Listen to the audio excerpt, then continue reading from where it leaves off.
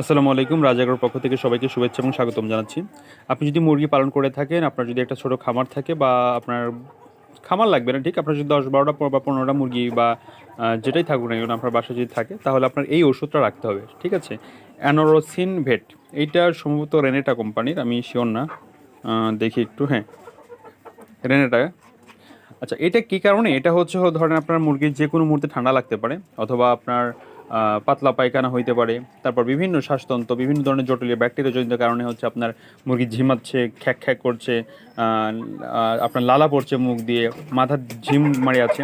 এটার জন্য কিন্তু এই ঔষধটা আপনাকে খাওয়াতে হবে। এই ঔষধটা যদি আপনি 3 দিন, টানা 3 দিন যদি আপনার এখানে লেখা আছে অবশ্য, যে এই যে 1 মিলির সাথে 4-8 লিটার পানির সাথে বা 4 থেকে 8 লিটার পানির সাথে মিশিয়ে খাওয়াইলে ইনশাল্লাহ আপনার এই মুরগির ঠান্ডাজনিত রোগ থেকে সমাধান পাবেন। ধন্যবাদ সবাইকে।